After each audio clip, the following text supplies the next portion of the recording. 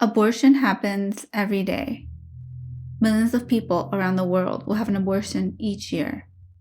But the majority of those people will never talk about their abortion experiences.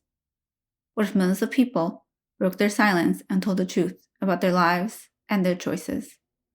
This is Melissa Madera in Boston, Massachusetts, and you're listening to the Abortion Diary podcast. These are the stories we share. So I was 22 years old and in a committed relationship with a guy I was very much in love with.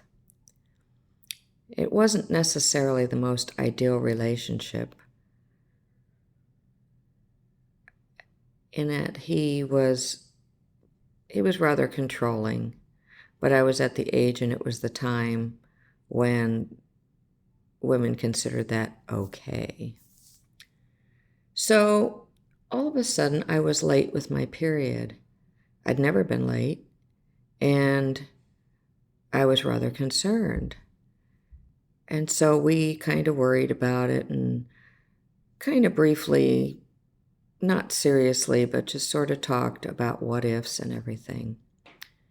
And for about a week, I was looking forward to really being pregnant and for us to get married and have this baby. And then a few days later, I got my period. And so I came out of the bathroom and he was inside, and I told him. I said, well, you don't have to worry about it. I got my period.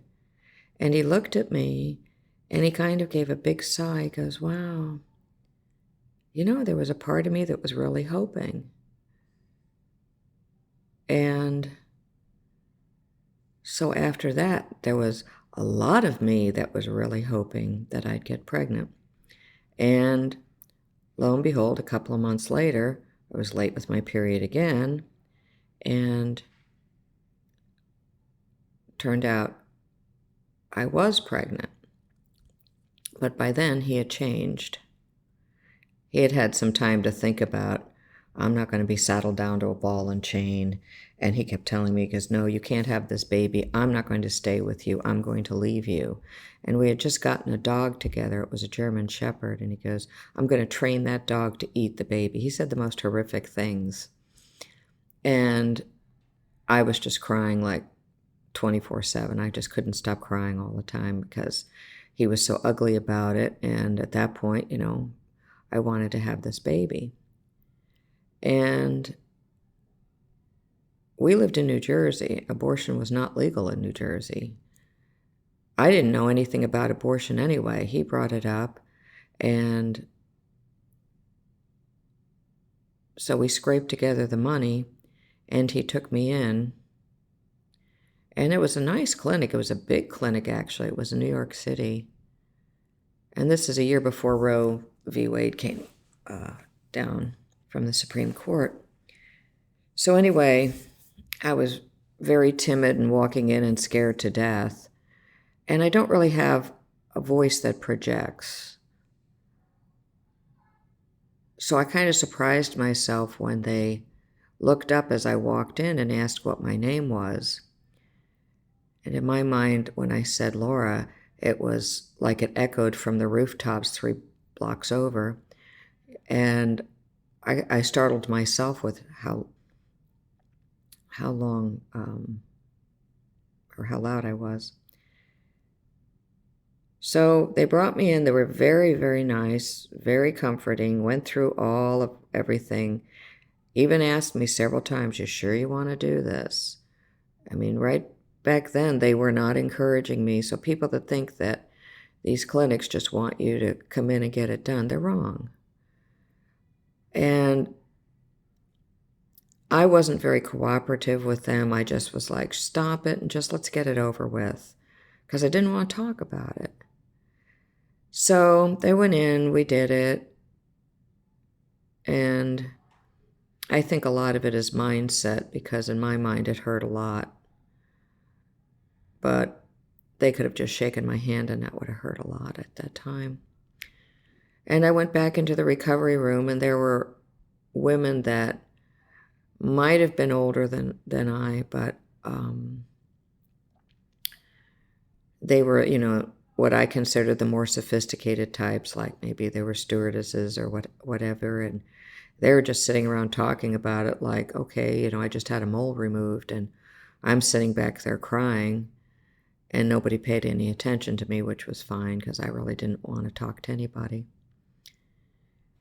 And then we left, and my boyfriend just never really said much. He never was very comforting. It was like, okay, that's done. And I really wanted to talk about it, and he didn't. I could back up for a minute and say I was trying to hide it from my mother, who looked at me one day and just looked at me and she said, "Are you pregnant?" And I was like, "How do you know?" She goes, "I'm your mother." But my mother was the most helpful person. She was the one person. She never judged me. So that's, if I was grateful for anything, it was her. Then she took me back to her gynecologist afterwards. I'd never really been to one. And he checked me out and said everything was fine. But then he was rather insulting. It was the first thing that was really said to me that made me feel like what I had done was totally wrong. As I was walking out of the door of the doctor's office, he said, "Hey, let's make sure you don't go through this again." And it made me feel really low. And, I hadn't felt dirty or that what I did was sinful until then. And that kind of makes me laugh when we say to everybody, well, what goes on between a woman and her doctor or between them? And I just keep hoping they didn't have this guy as a doctor. So anyway, our relationship was never the same, and we ended up breaking up, and I moved in with some girlfriends, but I couldn't even go outside. I was afraid to run into him, and I was going through a depressed period. I did date this one guy that was divorced, and he told me that one of the main reasons they got divorced was because his wife really wanted children and he was sterile. So I thought, well, gee, that works out good for me. I don't need any birth control. And as time went on, I decided I was going to leave New Jersey and come to Florida. I had some friends down here. I came here on vacation, loved it, went back home. I took a couple of months to pack up and everything. And then I moved to Florida and got here and started feeling weird. And the next thing you knew, boom, I was pregnant. And I'm thinking, well, wait a minute. How could I be pregnant? He's sterile. He's a liar. And so I just moved down here. I didn't have the money. I mean, I didn't even have a job. I'd moved down here, didn't have a job. How could I have a baby? How could I go through this again? And all I could hear in my head was the doctor, "Don't let this happen again." Well, screw you, doc, it did. So scraped together money, and some friends took me over to a clinic over in Orlando. And while I was up on the table, doctor told me to put my feet in the stirrups, which I did. And all of a sudden he looks down and he goes, "Huh." And he walks to the door and he opens it. And a couple of his colleagues were walking by. He goes, "Guys, come in here a minute." And they started to walk towards the door. He goes, "Look, we got us a natural blonde." And I was humiliated. Not a big fan of doctors, even though I was a nurse. So anyway, we got that taken care of and came home. And it was many, many, many years before I talked about it. The only person I ever shared it with, see, I met my husband in 75. We got married in 76. And for the longest time, he was the only one that knew, and he had absolutely no judgment one way or the other. And then in 79, I got pregnant with my son, and it was a joyous affair. I never really thought about anything except every now and then I wondered if something would happen, kind of karmic, and then I let it go. I mean, you do wonder about things, but then I let it go. I said, that's okay. I think a lot of it is because so many people are ugly to you about it. And they don't realize when they say things that they don't know what somebody else has gone through. And it wasn't until, I'd say maybe 7, 8 years ago, that I finally told some of my girlfriends I'd had an abortion. And for the longest time, I only said I had one. And it was funny, we were talking last night because we knew a couple of us were going to talk to you. And we were partying and we were kind of playing a truth or dare thing. And so somebody asked, how many women have had an abortion? So a few of us raised our hand, and she said, well, how many have had two? And I raised my hand, and a couple of my really close friends looked at me and they go, well, I never knew that. And I just looked at them like, what do you care? And they're like, yeah, I don't care. And but this, the statistics are 1 in 3 women have had an abortion. I look at the situation that I was in back in 72, to have been a single mother would have been a horrific stigma. I would have probably been fired from my job. I would have ended up being a welfare mother. And then to come down here to Florida and not have a job and be pregnant again. I mean, it just wasn't a good time. It wasn't, that I didn't want anything, but I don't know, every person has their own reason for doing it. And I guess that's why I fight for abortion rights. Nobody else shares my story. Nobody else shares my set of circumstances. Nobody else dated the guy that I dated and was treated the way he treated me. And nobody else was lied to by somebody that said they were sterile. So that's the story, I guess. I don't know what else there is to say. My son is 35. I'm a grandmother. And when my son's fiance first got pregnant, I was so excited to become a grandmother. And she and I went for a walk, and she said, well, Laura, you're all talking about pro-choice and abortion rights. And I said, yeah. And she goes, but you're so excited about this baby. And I said, yeah. And she said, but what would you do if I told you I didn't want to have the baby and I wanted to get an abortion? I said, well, what I would do is take you to a clinic, stay with you through the procedure, take you home, stay with you until you were feeling better. And unless you ever wanted to talk about it again, we never would talk about it again. And she said, you would do that? And I said, I'm not raising this child. I said, this child is for me to spoil, not raise. And I said, and you better get that straight right now. I said, but it's your choice. And I think at that point she understood a little more what pro-choice was, because she wasn't understanding. And I think a lot of women don't really understand. And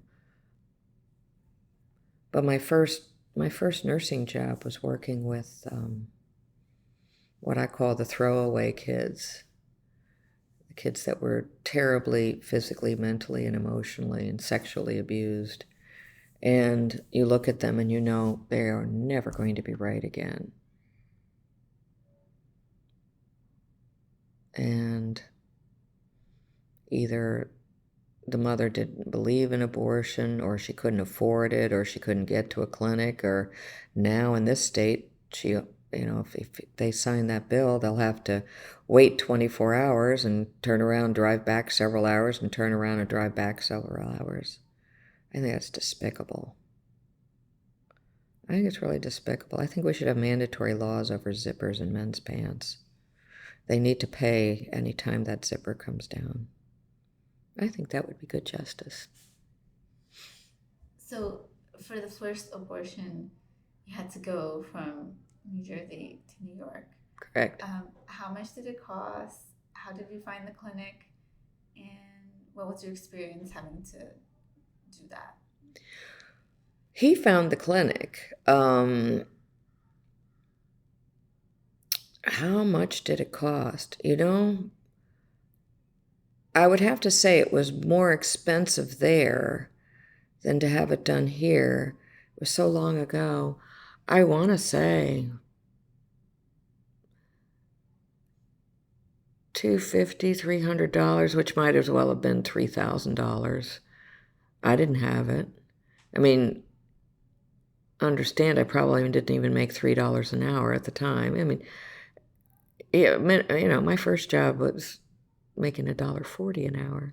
I'm an old woman. So it was pretty expensive. I would think then compared to now, not necessarily price-wise, but just with the economy the way it is, I think it's less expensive now than it was then.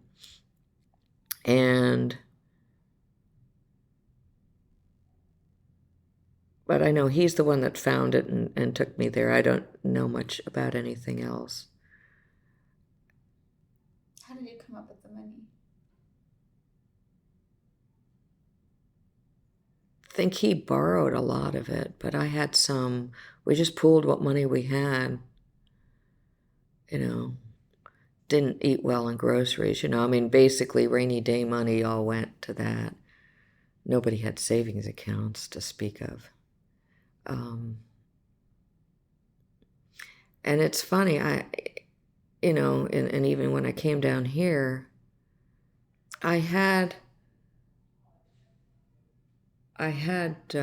cash with me from moving down,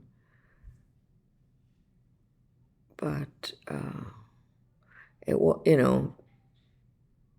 impacted how I was planning to start my life over down here, because I had to take the first job that was available, as opposed to taking my time to look for something that really was what I wanted to do. Because that was probably that was probably 2 weeks worth of living, the money that I spent down for the abortion. Yeah, it was a long time ago. So I'd have children in their 40s now.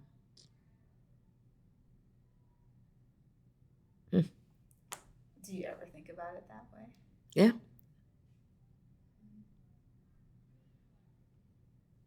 Do I feel bad about it? No.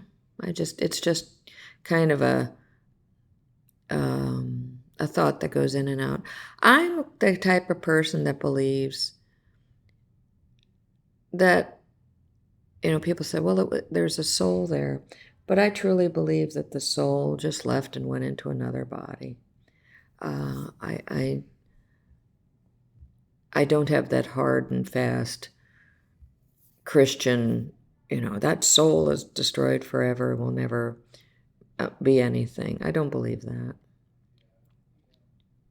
I worried about it for a while, way back then, but I really believe that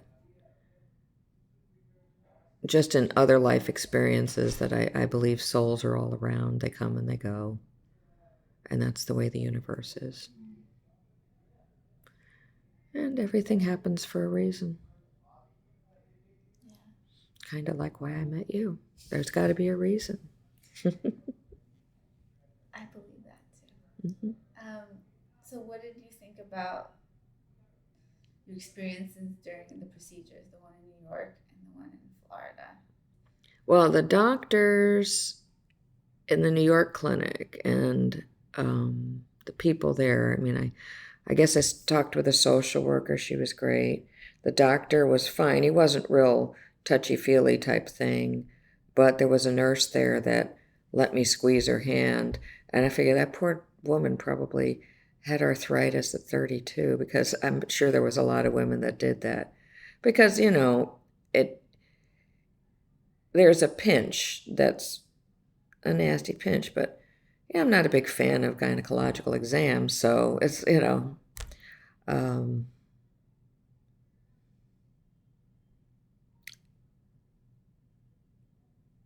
I think they were more professional than the doctors in Florida. It just at that one clinic and maybe just that one doctor and maybe just that one day. I mean, I'm telling the world I'm a natural blonde. Anyway, but to have him bring in 2 other doctors to look at my pubic hair. Did you go all alone? I had a girlfriend that was waiting out in the lobby.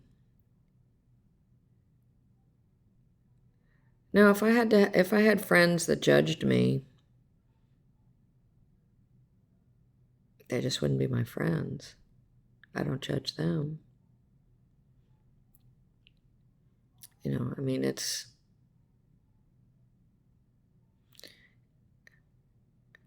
the worst I ever think about somebody is, that's silly, that's kind of dumb. But I don't think of them as a bad person because they do something.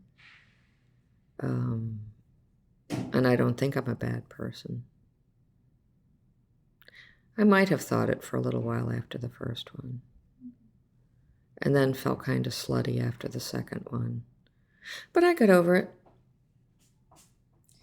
Why do you want to share your story? Because I think it's absolutely criminal that the legislature would spend so much time trying to regulate a woman's body.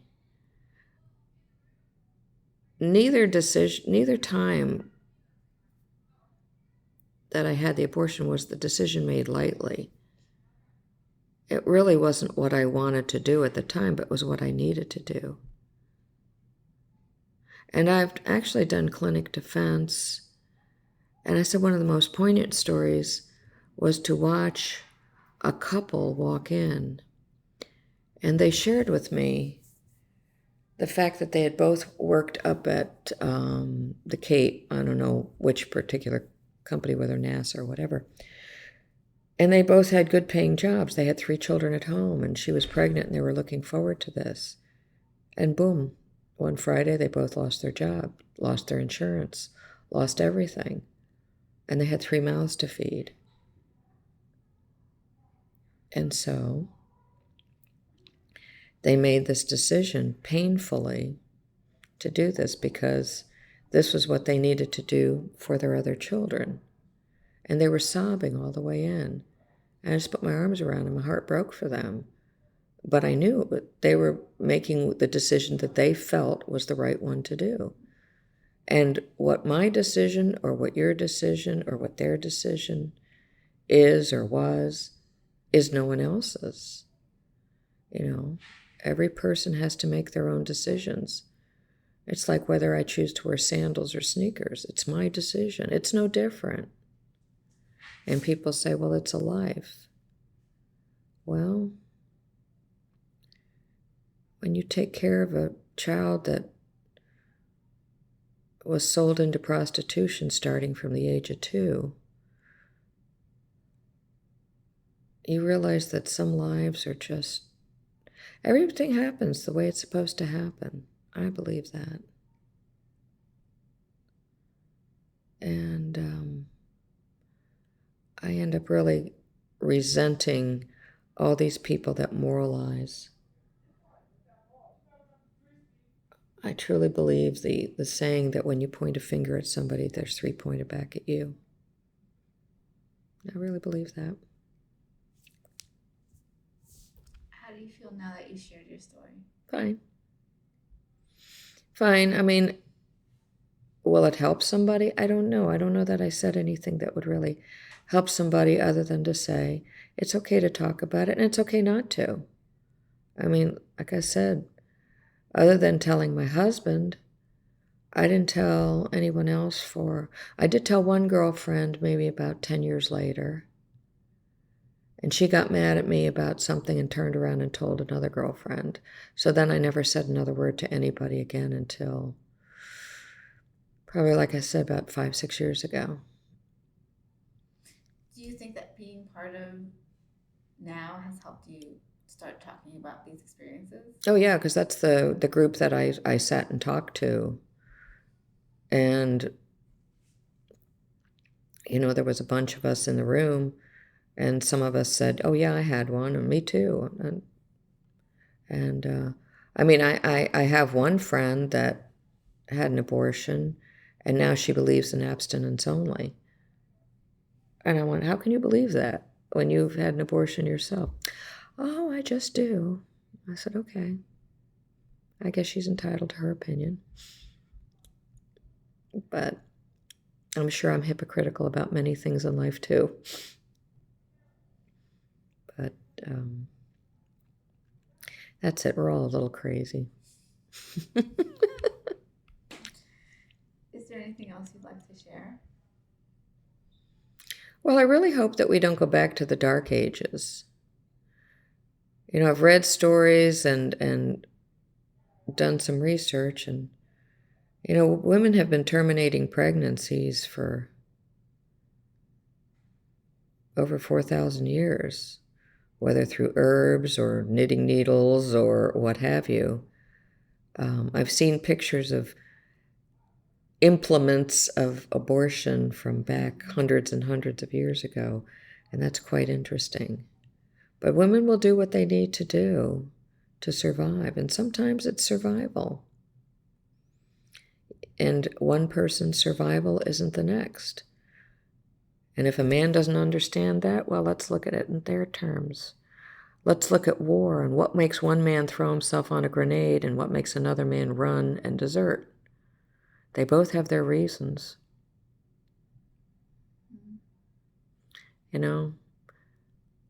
Everyone has their reasons for doing what they do. I'd much rather have an abortion than witness a guy beat up his wife because she didn't have dinner on the table. Everybody does what they have to do to survive in this world. It would be a whole lot easier if everybody just was a little more compassionate and understanding and less judgmental. But then I guess we wouldn't be humans. How long have you been a part of now? About 10 years. Oh, it goes further back than that. And I have to say that there is a president that said he was going to, when he campaigned, he said he was going to bring people together. And he did, and that is George W. Bush. He brought us all together because we absolutely hated what he was doing. We hated the idea of the Iraq War. That's how we all met. We met on the street corner. And I laugh. I'll introduce some of my friends. I said, yeah, I met this one on the street corner. But we were holding anti-war signs, and that's how we met. We bonded and got to be really good friends. And then one of them one day said, I'm going to bring you to my NOW meeting. And I said, National Organization for Women? They still have meetings? They have a chapter here? I didn't know. And I said, oh my gosh, yes, I'd love to go. And I came and I've been there ever since. I've held several different board positions, been president, vice president, legislative director, and I'm now on the board for the state. So, How are you, Madam Vice President? I am Madam Vice President, and you're not bowing. Okay, now you're bowing. So, yeah, no, I love the whole concept of NOW to fight for women's rights. And I hate to hear that there are legislators that stand on the floor and that woman needs to hear that heartbeat. She needs to look at that ultrasound. And I feel like saying, when did you get off the cross? I mean, my same legislature that's against that fought for an alimony bill. Oh, he had just gotten divorced and wanted to remarry. No conflict of interest there. I mean, I swear. Bridges are falling down. Amtrak trains are flying off the tracks. But yet, a woman's vagina. Oh, let's protect the pussy. Please protect the pussy, United States government. I'm so sick of you. This is Melissa. And thanks again for listening. You can continue to listen to our stories online through our website by subscribing on iTunes or SoundCloud or your favorite podcast app. And if you rate and review our podcast on iTunes, it helps new listeners find us by boosting our iTunes ranking. And remember, the Abortion Diary needs your support. Help the Abortion Diary continue its work and share our stories by donating, and consider supporting us with a monthly gift. I'll be back next week with a new story. New stories are posted every Tuesday. Until then, you can find us on Facebook, Twitter, Tumblr, and Instagram. Listen for us next week.